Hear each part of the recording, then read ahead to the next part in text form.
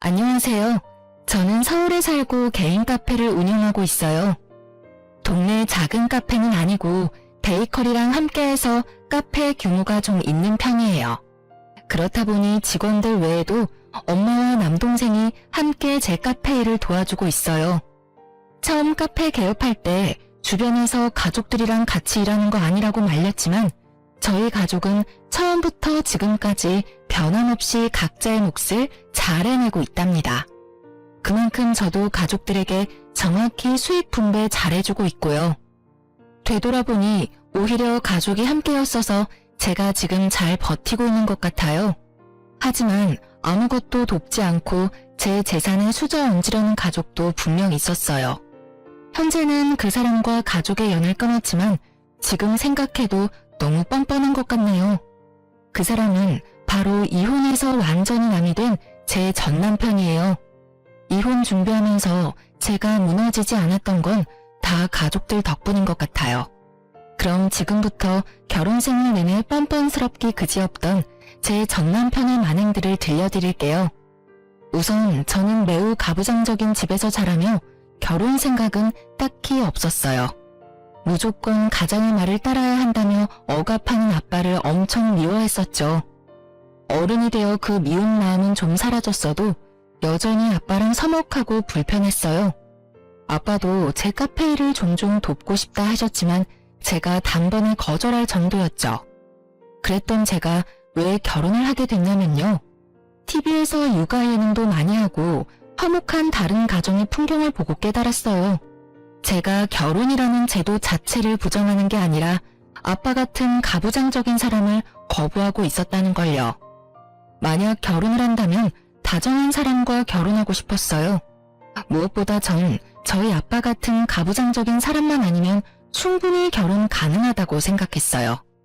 그런 생각할 즈음 저는 지인의 소개로 아빠랑 정반대의 성격인 남편을 알게 됐어요. 남편은 30대 중반 연상의 아주 평범한 회사원이었죠. 혜린 씨는 만약 결혼을 해서 아이를 낳는다면 어떤 엄마가 되고 싶으세요? 전 아이들한테 친구 같은 아빠가 되고 싶어요.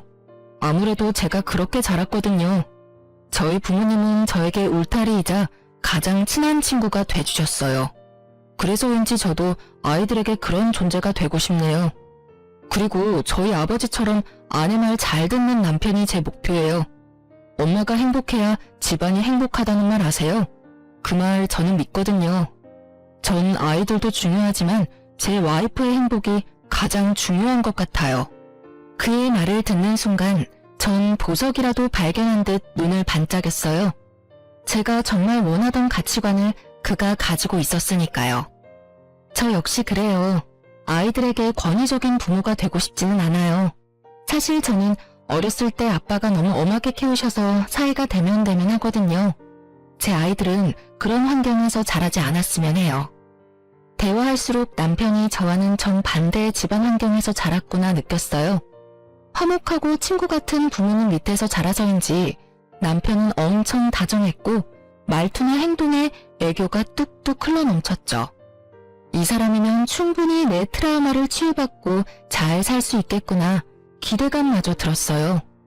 남편은 시부모에게 딸같이 귀여움받고 자란 외동 아들이었어요.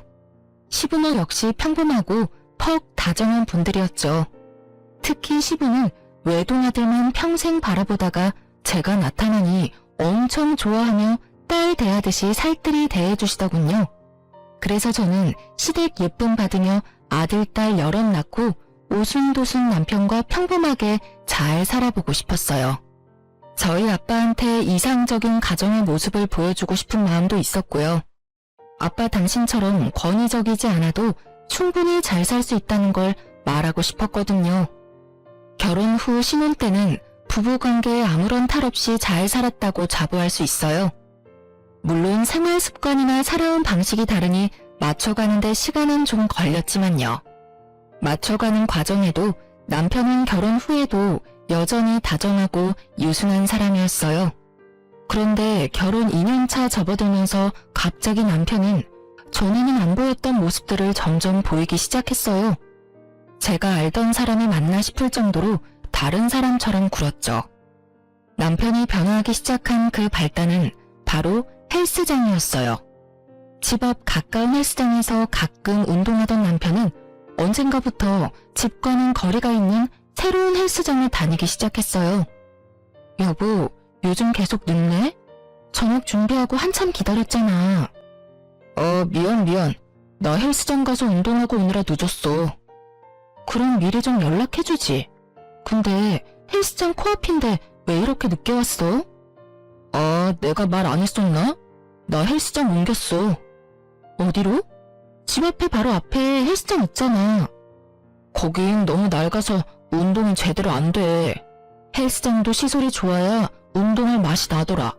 땡땡동에 새로 생긴 헬스장인데 퇴근하고 들리기 딱 좋아. 땡땡동이면 당신 회사에서 우리 집까지 오는 길은 아닌 것 같은데? 뜬금없이 낯선 동네에서 운동을 한다는 남편의 말에 저는 갸우뚱했어요. 도로에서 낭비하는 시간 계산에서 너무 비효율적이라며 잔소리도 물론 했었죠. 하지만 남편은 본인 유일한 취미생활이니까 터치하지 말라며 특유의 애교스러운 말투로 어영부영 넘어갔어요. 뭔가 마음 한구석에 찝찝함이 남았지만 저는 남편의 뜻을 존중하기로 했어요. 하지만 헬스장을 옮긴 이후부터 남편은 결혼 생활에 최선을 다하지 않았어요. 늦을 때면 늦는다고 연락은 꼬박꼬박 해줬지만 그 빈도가 너무 잦았던 거죠. 나 오늘 늦어. 또? 요즘 너무 자주 늦는 거 아니야? 좀 봐주라. 회사에서 스트레스 잔뜩 받아서 운동으로 풀어줘야 해. 그렇다고 내가 술을 먹으러 가는 것도 아니잖아. 남편은 업무 스트레스를 이유로 일주일 중 거의 5일을 아주 늦게 집에 들어왔어요. 회사에서 야근할 때보다 더 늦게 왔고 저녁은 당연히 밖에서 해결했죠. 저는 그런 남편이 걱정되면서도 저녁을 함께하는 밤이 손에 꼽을 정도로 줄어들자 많이 서운도 했어요. 나름 불타올랐던 저의 신혼은 이렇게 끝나는 거구나 싶었고요. 하지만 남편은 저녁 따로 차릴 필요 없어서 얼마나 좋냐며 오히려 제게 핀잔을 줬죠. 나처럼 알아서 끼니 해결하는 남편이 얼마나 귀한지 당신 모르지? 삼시세끼 부인한테 얻어먹는 남자들 난 한심해 죽겠어. 당신은 나같이 배려심 깊은 남자 만난 거 복받은 줄 알아. 그렇게 남편의 말을 듣다 보면 제가 속 좁은 여자가 되는 느낌이었어요. 그래서 더 남편에게 싫은 소리도 잘 못했던 것 같아요. 한 번은 남편이 제게 이러더군요. 너는 왜 전업주부도 아닌데 그렇게 퍼지는 거야? 살도 결혼 전보다 훨씬 많이 찐 것 같아. 그런가? 요즘 몸이 좀 무거워진 것 같았는데 조금 쪘나 봐. 아무래도 우리 카페에 맛있는 게 많잖아. 조금 찐 건 아닌 것 같은데? 자기 그러지 말고 더 찌기 전에 체중 조절 좀 해. 남편에겐 더 이상 예전의 모습을 기대하긴 어려웠어요. 냉담한 그의 말에 저는 그저 결혼하면 남자들 다 이렇게 조금씩 바뀌는구나 싶었죠. 그런데 체중 조절하라는 말은 여자로서 은근히 듣기 서운했지만 저는 그때까지도 제 건강을 걱정하는 남편의 마음이라 착각했어요. 당신 진짜 그만 좀 먹고 살 좀 빼. 남편의 이 호통을 듣기 전까지는요. 남편이 어느 날 밥 먹는 제 뒤통수에 대고 이렇게 버럭하더군요. 남편은 참다 입이 터진 사람처럼 그 말을 시작으로 제게 여러 말을 내뱉었어요. 살이 찔 대로 쪘는데 결혼했다고 관리 안 하는 모습이 정 떨어진다 했고 결혼 전에는 날씬하진 않았어도 보기 좋은 라인이었다 했던 것 같아요. 혼자 흥분해서 할 말 안 할 말 구분 못하는 남편을 지켜보자니 그동안 제게 살 빼라는 말들이 정말 진심이었구나 싶었죠. 또 제 건강보다는 미용 목적으로 빼라는 거였음을 알아들었고요. 아무래도 제가 저희 카페 신제품 시식도 많이 하는 편이고 하루 종일 서 있다 보니 체력 소모가 심한 만큼 단 걸 자주 먹긴 해요. 하지만 남편에게 타박을 들을 만큼 결코 살이 찌진 않았거든요. 남편의 말을 그동안 좋게 웃어넘겼더니 이날 제게 선을 넘은 거였죠. 저는 참지 않고 정상 체중인 나한테 뭘 자꾸 그렇게 살 얘기를 하냐고 바로 따졌어요. 저도 그 순간 욱해서 남편에게 할 말 다 했어요. 당신 밥 먹는 사람 뒤통수에 대고 그게 무슨 행동이야? 아니, 그럼 어떤 남자가 자기 마누라 몸무게 앞자리 6인 걸 좋아해? 내 말이 틀려? 여자 몸무게 6은 좀 진짜 아니지 않냐? 제가 따져들자 남편은 잠깐 주춤했지만 여전히 제게 잘못이 있다는 듯 저를 나무랐어요. 저는 굴하지 않고 제 키 165에 몸무게 60kg는 지극히 정상이라며 남편에게 마구 쏘아붙였어요. 그리고 남편에게 본인 뱃살이나 잘 관리하라고 콧방귀를 꼈죠. 남편에게 집에서 밥 안 먹고 밖에서 도대체 뭘 사 먹고 돌아다니길래 운동하기 전보다 살집이 붙었냐며 은근히 골려줬고요. 제 말에 남편은 얼굴이 홍당무가 되어 아무 말 못하더군요. 남편이 운동을 하고는 있어도 당장 큰 변화는 없어 보였거든요. 아무래도 아저씨들이 회사 다니며 금방 좋은 몸 만들기 어렵잖아요. 유치하지만 저는 남편이 제게 하는 그대로 똑같이 비아냥댔어요. 이봐요, 나도 배불뚝이 남편 싫네요. 난 운동 많이 하니까 그만큼 많이 먹게 되는 거지. 그 후로 남편의 입에선 체중 조절 이야기는 쏙 들어가더군요.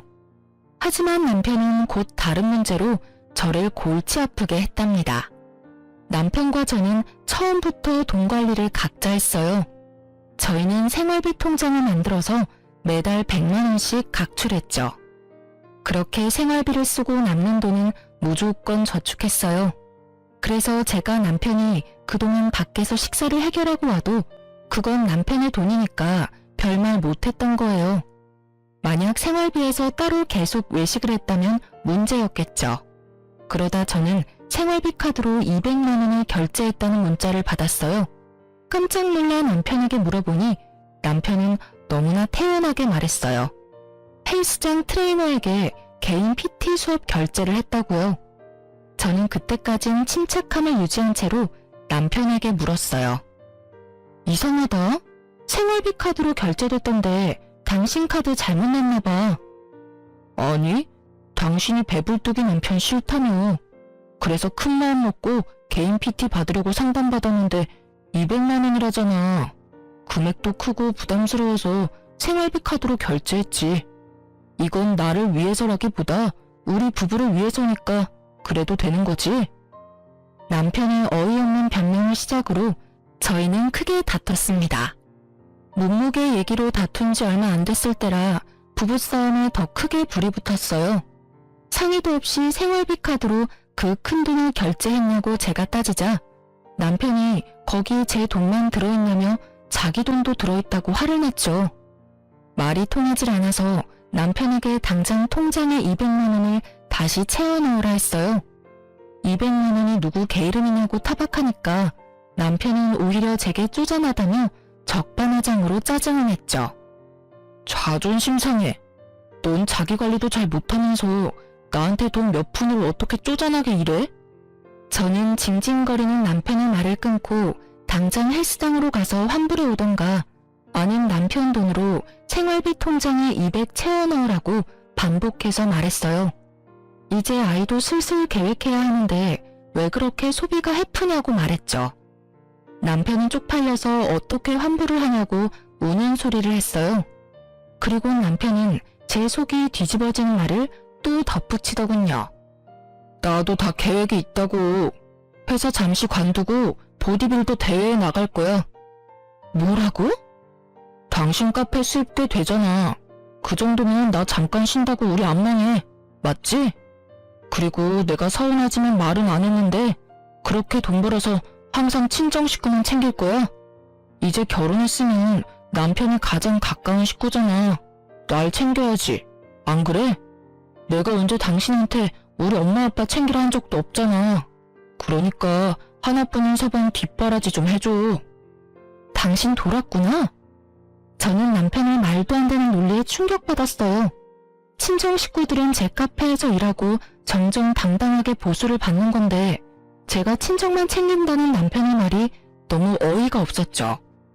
남편에게 와이프 카페에서 일하는 장모와 처남이 웃음냐고 물었어요. 그리곤 각자 돈 관리하기로 했는데 왜 놀고 먹으려 하냐고 일침을 날렸죠. 말빨로 저를 못 이기자 씩씩거리던 남편은 안방에 들어가 어딘가로 전화를 걸더군요. 통화 소리를 엿들어보니 시모랑 통화하는 듯 했어요. 그때까지는 시모를 믿었어요. 정신 나간 본인 아들 바로 잡아줄 거라고요. 그런데 얼마 후 시모가 득달같이 달려와서 제게 쏘아붙였어요. 남편은 조금씩 변한 모습을 보였지만 그렇지 않았던 시모가 갑자기 180도 다른 모습을 보이자 더 놀랍긴 했어요. 평소에 시모랑 사이가 엄청 좋지는 않아도 나쁜 편도 아니었으니까요. 잘못한 것도 없는데 저는 남편 일로 미움을 사 크게 한 소리를 들었어요. 예, 내 아들이 건강하면 결국 누구 좋은 일이겠어? 내 아들이기 전에 네 남편 아니냐? 그래, 바로 너 좋은 일이야 이거사. 어리석게 그걸 몰라? 어디 신랑을 이겨먹으려 해? 참나. 시모는 제게 소리를 빽 지르고도 분이 안 풀리는지 핏대를 세우며 그깟 200만 원 내가 결제해주겠다며 큰 소리쳤어요. 그래서 저도 부부싸움에 함부로 끼어드는 시모에게 한마디 해드렸네요. 네, 어머님, 그래주시면 감사하죠. 그럼 앞으로 남편 개인 PT 수업은 어머님이 계속 결제해주시는 거죠? 자기는 좋겠다. 능력 있는 어머님 있어서. 어머님, 저 사람 휴직 내고 못 만들어서 대회 나가고 싶대요. 저는 도저히 감당할 자신이 없었는데 어머님은 무조건 아들 편이라 하셨으니까 서포트 해주시는 거죠? 정말 다행이네요. 여보, 난 그럼 열심히 응원만 할게. 그게 다 무슨 소리냐? 어머, 어머님, 다 듣고 저 혼내신 거 아니었어요? 어이, 엄마, 그게 말이야. 너 이놈의 자식, 이게 다 무슨 말이냐니까? 역시나 남편은 시모에게 자기 유리한 것만 이야기하고 문제의 본질을 이야기는 안 했는지 시모가 진실에 개거품 물더군요. 시모는 남편에게 무슨 개소리냐고 등짝 날리며 쥐잡듯이 잡았어요. 한참을 남편에게 이놈 저놈 하던 시모는 제가 준 냉수 한 잔에 겨우 진정했죠. 남편은 이 모든 게 자기가 버려놓은 상황이면서 제 뒤에 숨더라고요. 시모는 제게 쓴소리한 게 이제야 머쓱한지 작게 웃으며 말했어요. 남자들 전부 결혼해도 철 안 든다고요. 덩치 큰 아들 한 명 키우는 거나 마찬가지이니 제게 고생을 하며 덕담 아닌 덕담까지 해줬고요. 그렇게 시모는 저희 부부싸움에서 발을 뺐어요. 시모가 돌아가고 저는 남편에게 지그시 물었어요. 이 사실이 시부 귀에도 들어가면 좋겠냐고요. 그제서야 자신만만하던 남편이 깨갱하더군요. 미안해. 내가 잘못했어. 내가 어떻게 해서든 200만 원 당장 채워 넣을게. 그 뒤로는 뭐 남편 돈으로 PT 받는 건 일절 터치 안 했어요. 다만 회사 휴직 안 하는 조건만 내걸었죠. 본인 돈과 시간을 쪼개서 대회 준비한다고 약속했기에 저는 눈 감아주기로 했죠. 알아보니까 피트니스 대회 준비가 몇 년이 아니라 몇 개월만 돈과 시간을 소비하는 거더라고요. 그래서 나름대로 남편이 이번 해에 운동을 배우고 몸을 만들어가며 이루고 싶은 게 뭔가가 있나 보다 했어요. 거기까진 양보해주려고 더 이상 캐묻지도 않았고요. 근데 그게 화근이었나 봅니다. 지금 생각하면 그땐 제가 꽤 현명한 아내라고 착각도 했어요. 정확히 어디서부터 잘못된 건지 핵심을 모르고 문제를 해결했다고 생각했으니까요. 그렇게 6개월 정도 더 지났을까요? 보디빌더 대회 나가고 싶다던 남편은 이상하게 살이 뒤룩뒤룩 쪄갔습니다. 남편은 퇴근하고 1대1 PT 수업을 받고 또 개인 운동까지 하고 와서 늦게 오기 일쑤였는데 말이죠. 저로서는 급속도로 살이 찐 남편이 너무 이해가 안 됐어요. 혹시나 헬스 트레이너에게 사기를 당한 걸까? 이제서야 걱정도 됐죠. 제가 왜 살이 더 찐 것 같냐고 남편에게 물으니 남편은 엄청 해맑게 말했어요. 그야 운동하는 만큼 먹어서 그렇지. 근데 살만 찐 게 아니라 근육도 쪘어. 그래 보이진 않는데? 근데 트레이너 말이야. 믿을 만한 사람이야? 경력은 얼마나 됐어? 남자야 여자야? 그걸 왜 자기가 궁금해해. 믿을 만한 사람이니까 내가 큰돈 결제했지. 왜 내가 궁금해하면 안 돼? 내 돈으로 결제한 건데 신경 쓰이게 터치하지 마. 그러니까 당신 돈이랑 시간 써가며 운동하는 건데 나도 걱정되는 거 당연하잖아. 혹여나 이번 시즌 못 나가서 다음 시즌에 나간다 하면 또 비용이랑 시간이 들 텐데 감당할 수 있어? 잔소리. 당신 말이야. 돈 보태주고 잔소리해. 뭐? 무슨 그렇게... 왜? 그때 남편과 같이 생선조림을 먹고 있었는데 제가 그만 헛구역질을 해버렸죠. 돌이켜보면 그 헛구역질 덕분에 제가 모든 진실을 마주할 수 있었어요. 갑자기 왜 그래? 체한 건가? 왜 이렇게 맛이 비린 것 같지? 음식이 이상한 건가? 자기 입맛엔 괜찮아? 가슴을 꾹 누르고 있는 저를 보며 남편은 벼랑간 젓가락을 거칠게 내려놓고 정색했어요. 너 설마 임신이야? 그 말을 듣고 보니 저 또한 임신일 수도 있겠다 싶었어요. 아차 싶은데 식탁 맞은편에 예민하게 부릅뜬 눈을 한 남편을 보고 좀 어이가 없더라고요. 앙칼진 목소리까지 누가 봐도 임신을 반기는 사람의 눈치는 아니었으니까요. 저는 곧바로 남편에게 지금 반응이 그게 뭐냐고 대놓고 서운했어요. 남편 놈은 그제서야 굳었던 표정을 풀고 당황해서 허둥지둥하더군요. 남편은 아직은 애를 가지면 안 된다고 병원부터 가보라고 제게 얼버무렸어요. 남편의 행동이 보통 그런 상황에서 나올 평범한 반응이 아니니까 갑자기 엄청 불안했어요. 게다가 남편은 누구보다 아이들을 좋아하는 사람이었거든요. 이상하고 꺼림칙한 마음에 저는 아니겠지 하면서도 남편의 동태를 살피기 시작했어요. 아니나 다를까 안 좋은 예감은 정확히 들어맞았어요. 그날 새벽에 몰래 통화하러 나가는 남편을 딱 발견했거든요. 남편은 통화하는 상대에게 저를 66 사이즈라고 칭하고 있었어요. 저는 그 순간 자존심, 자존감, 신뢰 모든 게 다 무너졌죠. 자기야 미안해. 66 사이즈가 오늘따라 늦게 잠들어서. 아니 그리고 저녁 먹는데 갑자기 헛구역질을 해대서 나 깜짝 놀랐잖아. 난 아직 자기랑 넓은 세상을 더 즐기고 싶은데 벌써 애아빠가 된다니 상상도 하기 싫어. 여보, 여기저기 저와 비슷한 사연 들어보면 녹음이나 촬영해서 증거부터 잡는다는데 저는 바보같이 심장이 땅에 곤두박질 치는 느낌에 저도 모르게 그만 그 순간 남편을 불러버렸네요. 저를 66 사이즈라 부르다 딱 걸린 남편놈은 허겁지겁 통화를 끊고 오해라며 무릎 꿇고 빌더군요.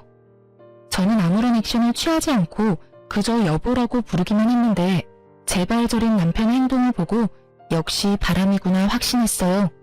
그날의 충격은 정말 뒤통수를 망치로 맞은 듯 컸어요. 제가 따지고 묻질 않았는데도 남편의 입에선 술술 바람핀 이야기가 나오더군요. 그놈의 변명은 이러했어요. 집 앞 낡은 헬스장에서 운동하는 게 불만이었는데 인터넷에서 새로 생긴 땡땡 헬스장을 추천받았다네요. 젊은 사람들이 많아서 그 에너지를 느끼고 싶어서 갔는데 마침 그 새 헬스장에서 운동하다가 만난 여자랑 친해졌대요. 운동 친구로 가볍게 맥주 한잔하고 그렇게 몇 번 만난 게 다라며 잘못했다 빌더라고요. 뭐 그 뒤로는 뻔한 남잡힌 남자들 대사였어요. 잠깐 만났어도 깊은 관계 아니라고 정리하겠다 하더군요. 저는 끓어오르는 분노를 누르고 남편에게 물었어요. 어떻게 깊은 관계 아닌 사람한테 자기라고 부르냐고 말이죠. 그러자 남편은 헬스장에서 회원들끼리 성별에 상관없이 서로 자기자기 한다고 말도 안 되는 변명을 늘어놓더군요. 저는 제게도 이런 상황이 일어날 줄 정말 몰랐어요. 믿을 수 없는 현실에 잠시 멍 때리다가 변명하는 남편놈의 멱살을 잡고 미친 듯이 흔들었습니다. 남편이 저보다 훨씬 덩치가 있는데도 그 순간은 제게 설명할 수 없는 초인적인 힘이 생기더군요. 뭐라고? 야, 네가 인간이야? 그 자리에서 남편에게 반협박으로 상간녀에게 전화 다시 걸라고 했어요. 당장 전화하지 않으면 이혼하겠다고요. 뭐 속으로는 전화를 하든 안 하든 이혼을 결심했지만요. 이혼이라는 말에 남편은 떨리는 손으로 상간녀에게 전화를 걸었어요. 남편이 밀치고 전화 바꿔받으니 아주 앳된 목소리가 들려왔죠. 오빠, 갑자기 전화 왜 끊었어? 혹시 66 사이즈 일어난 거야? 설마 들킨 거 아니지? 야, 너 몇 살이야? 도대체 얼마나 머리가 모자라면 가정 있는 남자를 만나야? 제가 흥분해서 소리치자 전화 너머 상간녀는 놀랐는지 전화를 그대로 끊어버리더군요. 남편은 핸드폰은 업무상의 이유로 통화 내용이 다 자동 녹음되게끔 설정되어 있어요.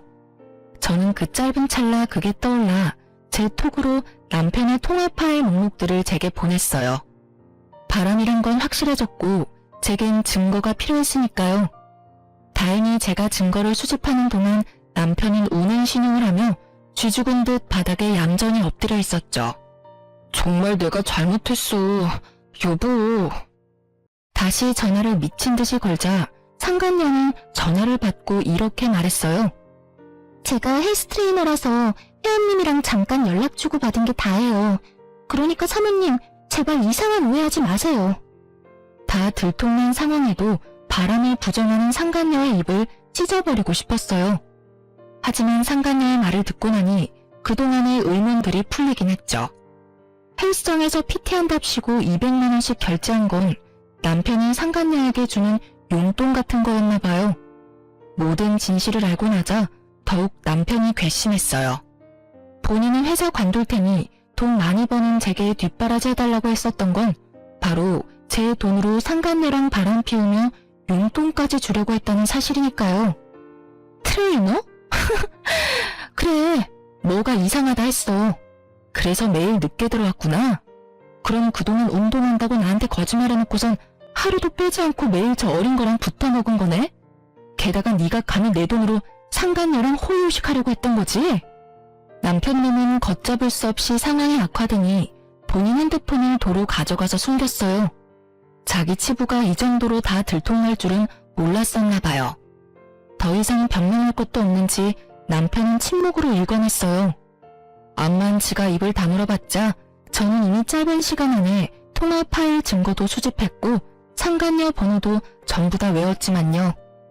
저는 네가 어떻게 나한테 그러냐며 남편 멱살을 잡고 흔들다가 이윽고 남편의 머리카락을 쥐고선 절대 안 놓아줬어요. 그땐 그냥 제 본능에 충실했어요.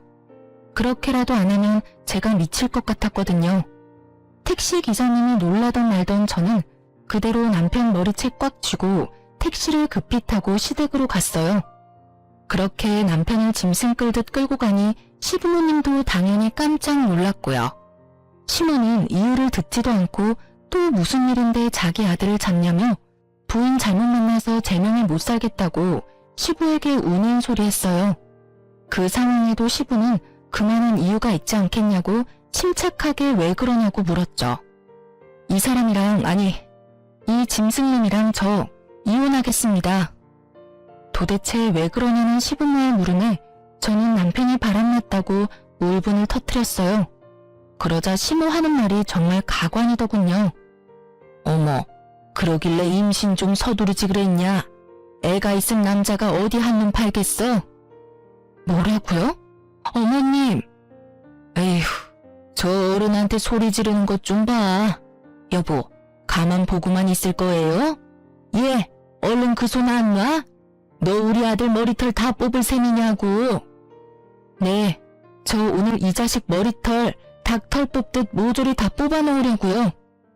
시모는 제게 천박하다 아둔하다 그런 말들을 쏘아붙였어요. 불난 집에 부채질하는 시모 덕에 저는 젖먹던 힘까지 짜서 남편 머리채 신나게 흔들었어요. 시부는 너무 놀랐는지 말을 잃고 그 광경을 잠자코 지켜봤어요. 시모는 제게 쉽게 다가오지는 못하고 대신 시부에게 말려보라며 시부 몸을 흔들었어요. 당연히 저는 팔은 안으로 굽는다고 시부 역시 남편 편들겠지 싶었죠. 그런데 시부는 평소에는 온화했지만 도덕성을 굉장히 중요하게 생각하는 사람이었어요. 기본 예절을 어기거나 법을 어기는 걸 제일 싫어하는 분이셨죠. 시부는 남편에게 집안 먹칠을 해도 유분수라며 어디 이딴 짓을 벌이느냐 했어요. 그리고는 남편놈에게 신혼집 해줬던 거 그대로 뱉으라 선언했죠. 남편은 제게 머리채 잡힌 상태로 그런 게 어딨냐고 침 튀기며 시부에게 대들더군요. 그 순간 저는 시부라도 제 편을 들어줘서인지 속의 응어리가 조금은 풀렸던 것 같아요. 남편에게 귓속말로 한심한 자식이라며 작게 욕짓거리를 내뱉고 저는 남편을 시댁 거실에 내팽개쳤어요. 그리고 시부에게는 작게 인사를 하고 시댁을 그만 나서려고 했어요. 시모는 나가려는 저를 붙잡고 끝까지 남자가 그럴 수도 있지 않냐며 본인 아들 편들더군요. 그래서 시모에게 정확히 이렇게 말해줬습니다. 아, 남자가 그럴 수도 있는 거면 아버님이 바람펴도 무조건 용서한다는 뜻이죠? 뭐? 너 정말 어디 재수 없는 소리를 해? 그러니까요. 왜 바람은 전원이 폈는데 왜 계속 저한테 재수 없는 소리를 하세요? 아무 말 못하고 벙쪄있는 시모와 바닥에서 저를 원망스럽게 쳐다보는 남편놈을 비웃어줬답니다. 제가 시댁에서는 센 척 다 했지만 막상 저희 집 가는데 이상하게 몸이 벌벌 떨리더군요. 다름 아니라 남편과 결혼할 때 아빠가 저희 부부에게 이렇게 말한 적 있거든요. 내 집안에 이혼이란 없다. 절대. 그러니까 두 사람 잘 살아야 해. 만약 이혼을 언급하면 어릴 적 안 좋았던 아빠의 모습이 나오지 않을까 걱정도 됐어요. 친정에 도착하니 부모님은 어쩐 일이냐 물었고 저는 도무지 입이 떨어지질 않더군요. 아빠의 얼굴을 보자 이혼한다는 말이 저절로 삼켜지더군요. 잘못은 남편이 했는데 왜 내가 떨어야 하나 속으로 억울도 했어요. 맨몸으로 갑자기 찾아온 딸을 보고 부모님은 일단 걱정하는 눈빛이었어요. 저는 힘없이 남편이랑 싸워서 왔다고 말했어요. 의외로 아빠는 알겠다며 쉬라고 별 말씀 안 하시더군요. 그렇게 며칠 일도 안 가고 저는 친정에서 마음을 추스리고 있었어요. 제가 회복하는 동안 남동생과 엄마가 아무것도 묻지 않고 카페 일을 도맡아서 했죠. 저는 혹시 몰라서 산부인과도 다녀오고 흥신소에도 의뢰를 했어요. 상간녀의 정보가 더 필요했거든요. 혹시나 잠자코 있다가 이혼할 때 제가 되려 남편에게 당할 수도 있고요. 하지만 제게 제일 큰 숙제는 부모님께 어디서부터 어떻게 말을 꺼내야 할까였어요. 그렇게 고민하고 있는데 남편놈이 겁도 없이 친정에 제 발로 찾아온 거예요. 아마 저희 아빠가 이혼은 절대 안 된다고 말했던 걸 기억하고 있었나 봐요. 남편은 다짜고짜 무릎까지 꿇고 아주 영악한 악어의 눈물을 흘렸어요. 그 모습 보니 제가 피해자가 아니라 누가 보면 본인이 피해자인 줄 알겠더라고요. 장인어른, 장모님, 제발 저 좀 도와주세요. 저 사람이 저랑 이혼하려나 봅니다. 뻔뻔하게 그지없는 그 꼴을 보는데 속이 뒤틀리며 저는 또다시 헛구역질을 해버렸어요.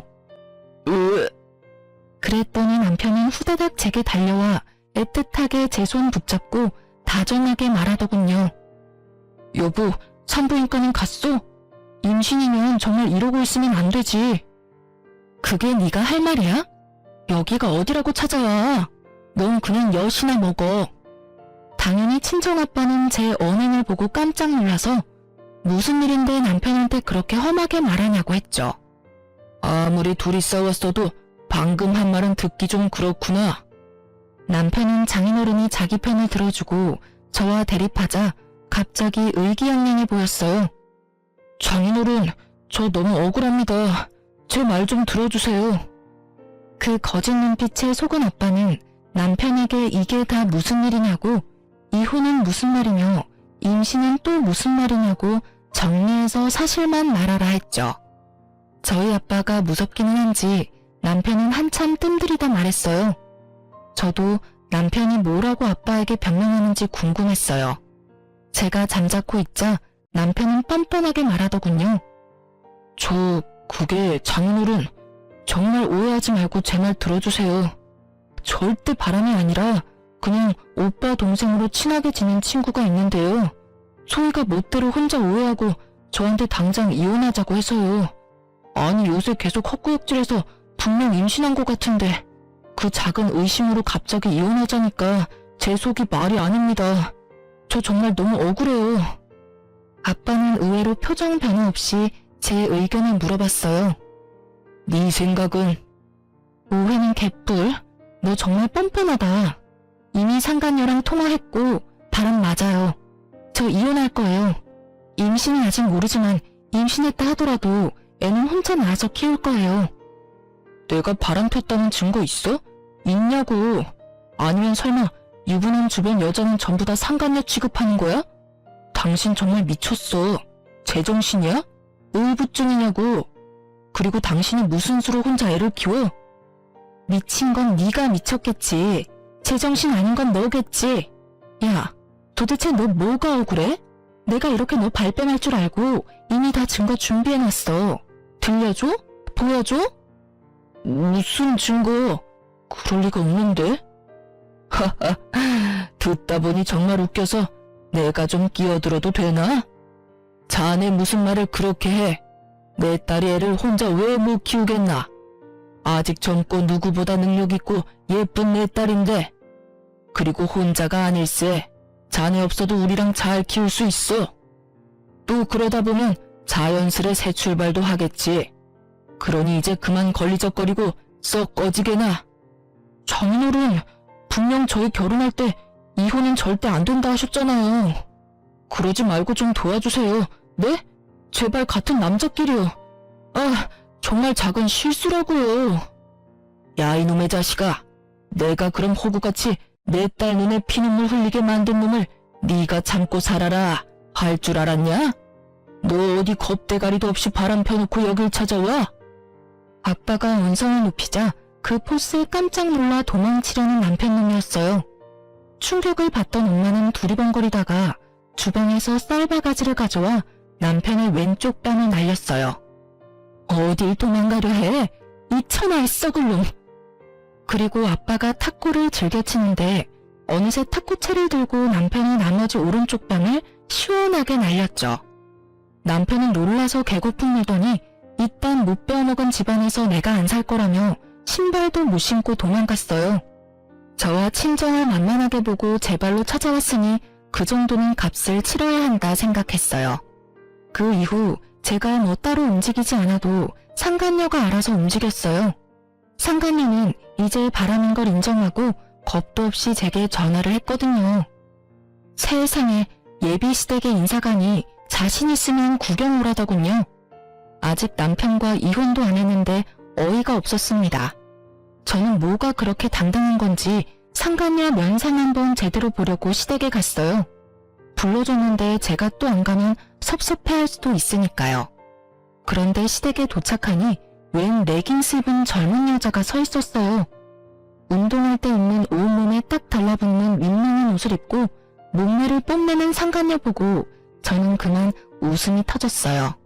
그런 건 헬스장에서나 가능한 차림이잖아요. 정말 꽝이네요. 뭐라고요?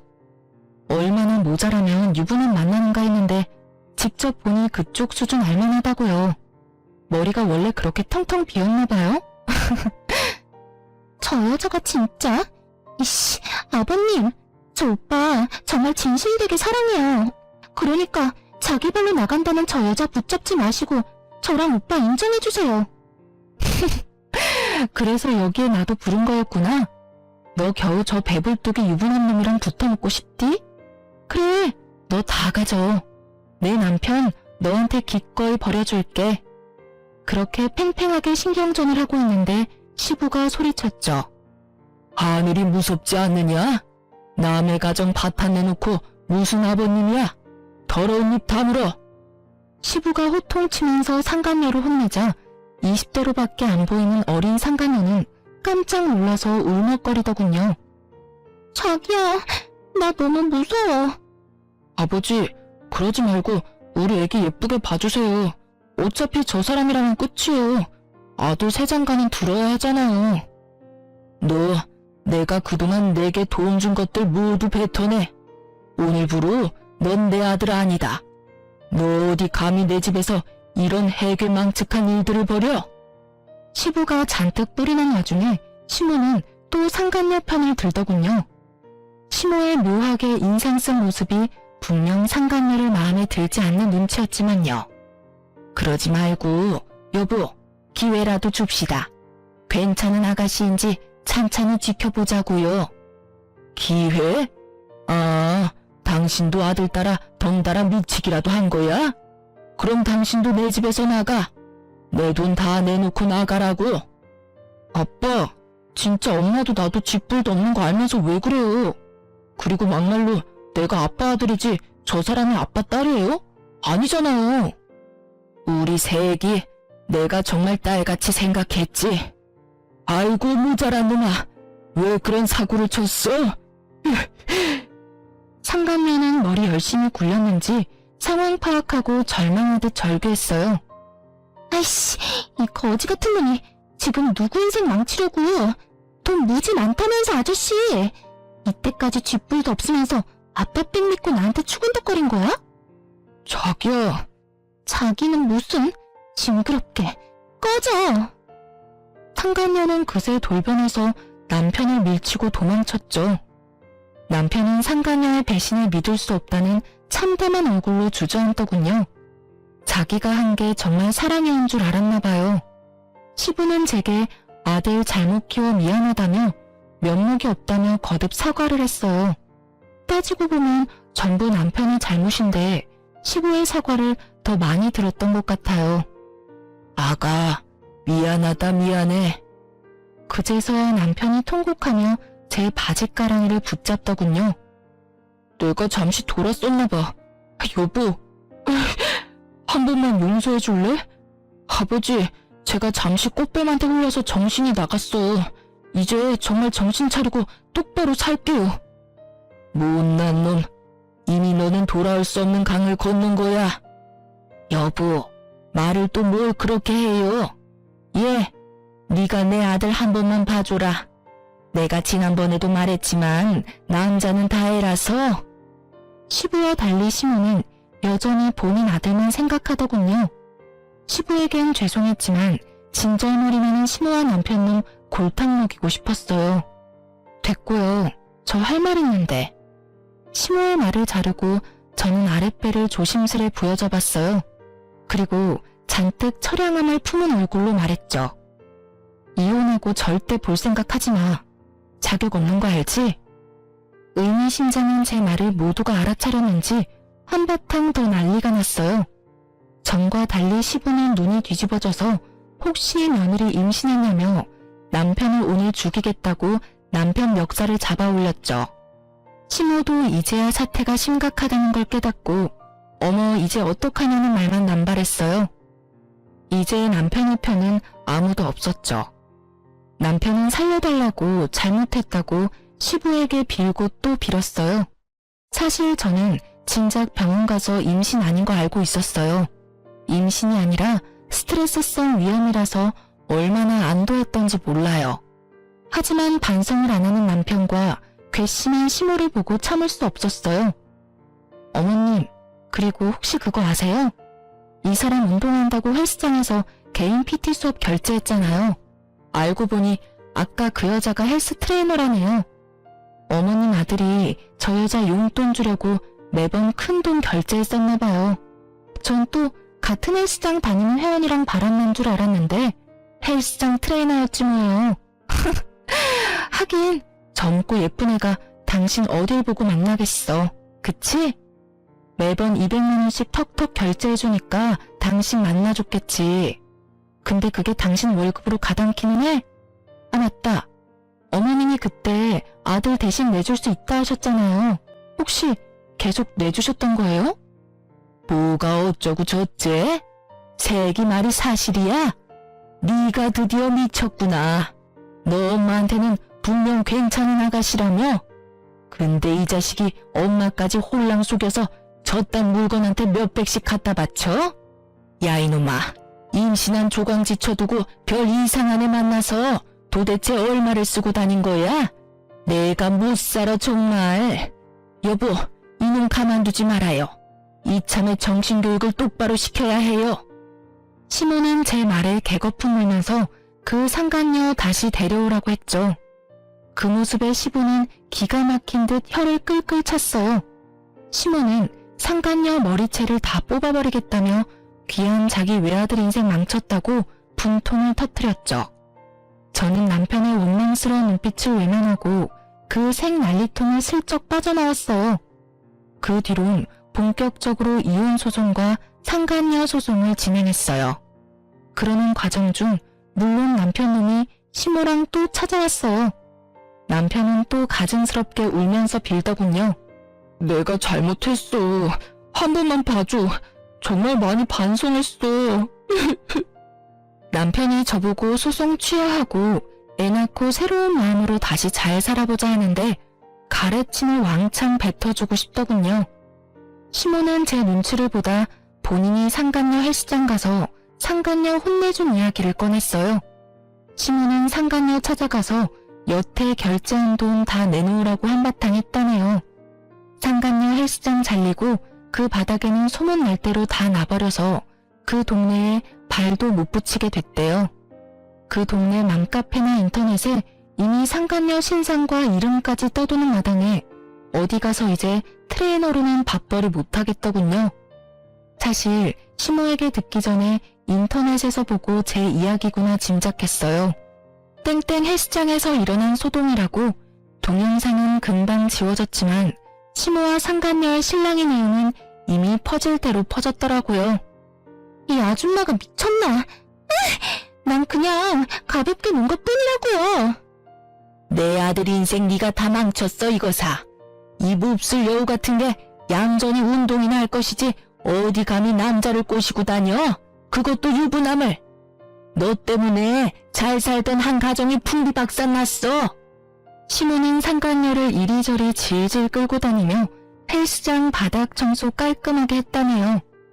제가 나서기도 전에 시모가 한 발 빨라서 저는 잠자코 상간녀 소송만 걸었답니다.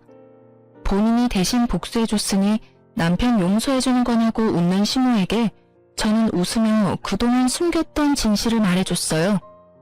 아, 그러셨어요, 아주머니? 너 지금 뭐라고? 이제 이혼하는 마당에 어머님이라 할 순 없잖아요. 아, 맞다. 그리고 나 임신 아니래요. 병원에서 스트레스성 위염이라네. 뭐? 내가 그것 때문에 아버지한테 얼마나 맞았는데. 임신 아니라서 너무 다행이지? 너도 별로 안 기뻐했었잖아. 씩씩거리는 남편 뒤로 시모가 또 한 방 먹었다는 얼굴을 하고 있었어요. 기가 막혀서 원. 에라이 이놈아. 넌 정말 여자 보는 눈이 더럽게 없다. 누굴 닮아서 으이그 내 팔자야. 그래서 저는 마지막으로 시모에게 한 방 더 먹여드렸어요. 어머, 그러게요. 아들은 아빠 닮는다더니. 아버님도 여자 보는 눈 없어서 아줌마 같은 사람 만났잖아요. 뭐라? 전 시모랑 전 남편 제 말 한마디 한마디에 울그락불그락하며 펄펄 뛰는 꼴 보니 기분이 한결 나아졌어요. 그렇게 저는 벌레 같은 두 모자 쫓아냈어요. 상간녀와 남편님한테 받은 위자료로 상처가 다 없어지진 않겠지만 그래도 후회 없는 복수를 한 것 같아서 후련했죠. 당연히 시부에게는 임신이라 속여서 죄송했다고 따로 전해드렸어요. 그게 도리인 것 같아서요. 그런데 시부가 그건 남편이 지은 죄에 비해 죄도 아니라며 차라리 제 새 출발을 위해 다행이라고 했어요. 시부에게 들어보니 전 남편 그동안 상간녀한테 200만 원까지 줬으면서 운동은 하나도 못 배우고 놀러다니며 돈만 왕창 뜯기고 있었다네요. 자기 월급으로 감당 안 되니까 결혼할 때 시부에게 받은 아파트에 대출만 잔뜩 받아놔서 인간 취급 못 받고 집에서 완전히 쫓겨났대요. 시모도 단단히 뿔난 시부에게 쫓겨날까봐 아들이고 뭐고 모르쇠 했다네요. 시부는 아파트 판 돈 대출 제외하고 남은 돈에서 5천만 원을 제 몫으로 줬어요.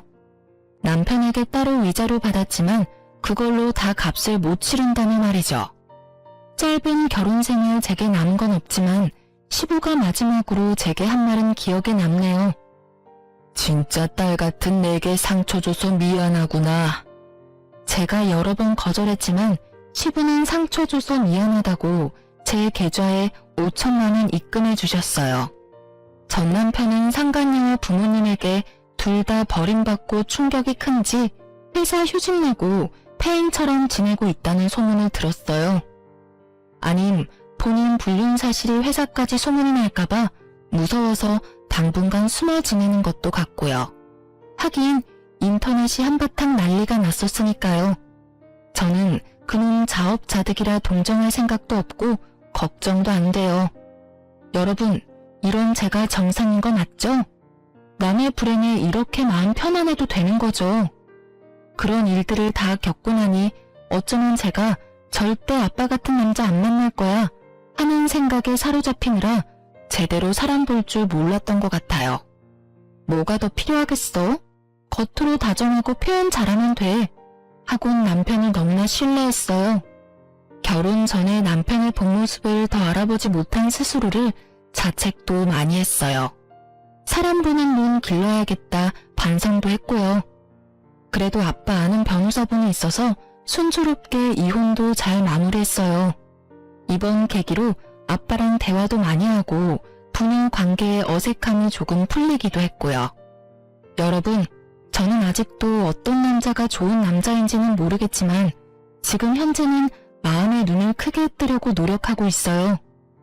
비록 첫 번째 결혼은 실패했지만 저의 앞으로를 위해서 작은 응원 한마디씩만 부탁드립니다.